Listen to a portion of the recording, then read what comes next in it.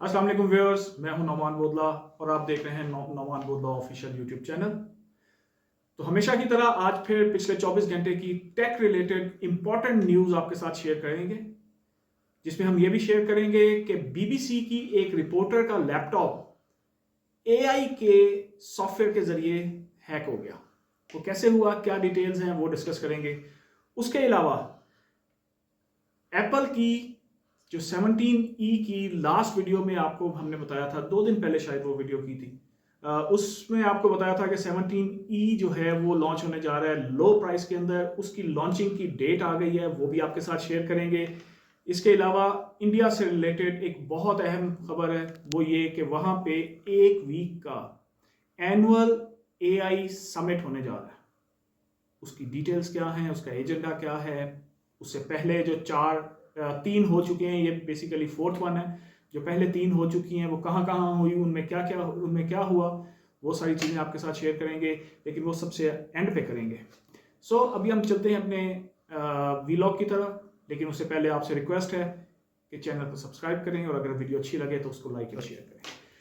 जी तो व्यूअर्स, अगली खबर है सैमसंग से रिलेटेड।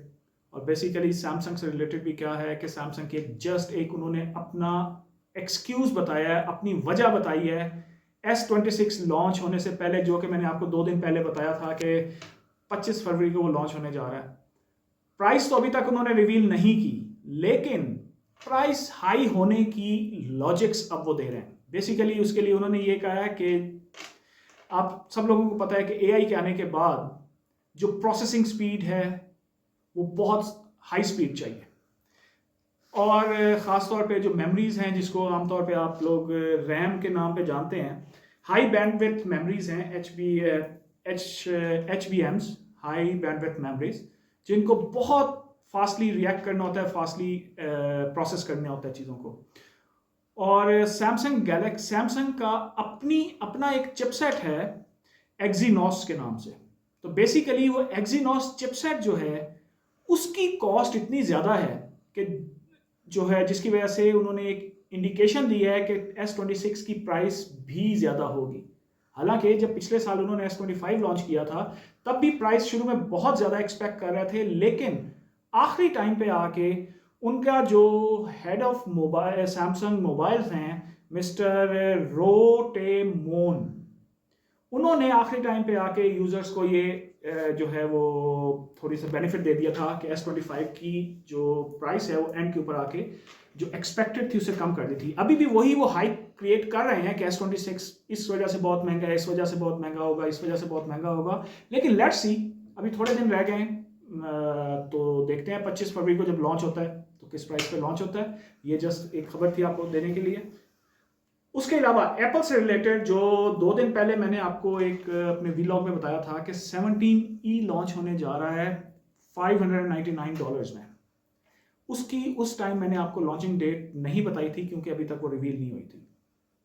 बेसिकली रिवील हो गई थी वो 19 फरवरी, मुझे उस टाइम भी पता था, लेकिन वो कंफर्म नहीं थी, तो इसलिए मैंने आपको रिपोर्ट नहीं किया था। लेकिन वही हुआ कि ये 19 फरवरी नहीं है, ये बेसिकली 4 मार्च को लॉन्च हो रहा है 17E iPhone.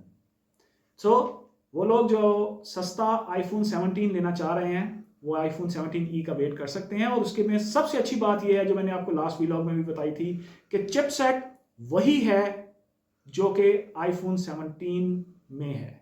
So wait for 4th March. इसके अलावा let's come to our climax news, जो कि आपको पता है एंड पे आपको देनी होती है, और वो है हमारे नेबरिंग कंट्री इंडिया से रिलेटेड। मैंने आपको कल के अपने वीलॉग में बताया था कि इंडिया एआई विलेज लॉन्च करने जा रहा है probably in response to Prime Minister Shehbaz Sharif's announcement of investment of $1 billion in AI। उन्होंने अपना एक आंध्र प्रदेश के अंदर एआई विलेज अनाउंस कर दिया, जो कि कब बनना है, कैसे बनना है, उसकी डिटेल्स अभी नहीं आई, कितना टाइम में बनेगा। लेकिन as a matter of fact India के अंदर 1 वीक की एआई समिट शुरू हो गया। ये बेसिकली 4th इन लाइन है, इससे पहले 3 हो चुके हैं।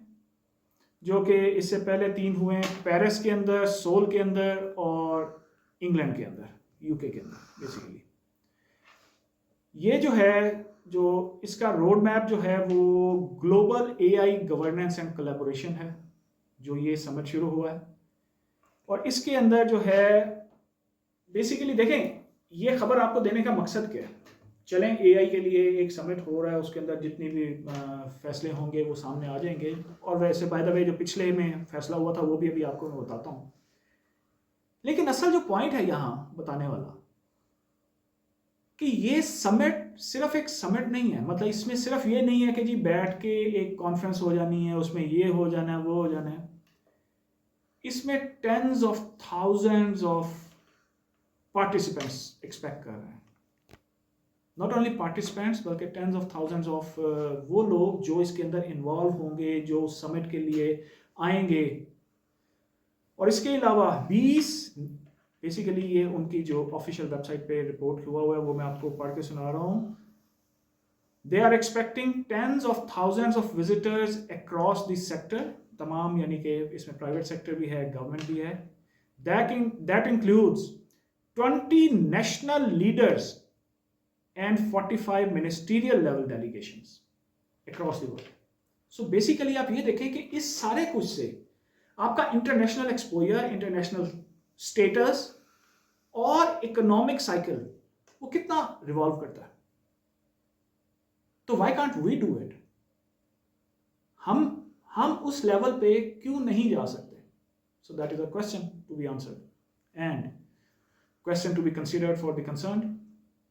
मेरा इधर यहाँ तक यही पॉइंट था। लेकिन और इसके साथ साथ ये इतना छोटी सी एक चीज़ नहीं है एआई का इंटरनेशनल समिट। ये इस हद तक है कि प्राइम मिनिस्टर मोदी ने ट्वीट किया, और वो ट्वीट क्या किया है वो मैं आपको पढ़ के सुना देता हूँ।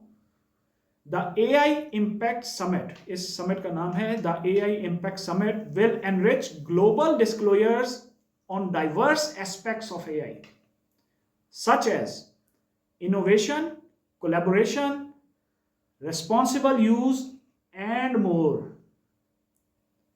ये 3 तो उन्होंने चीजें बता दी हैं, लेकिन and more भी है।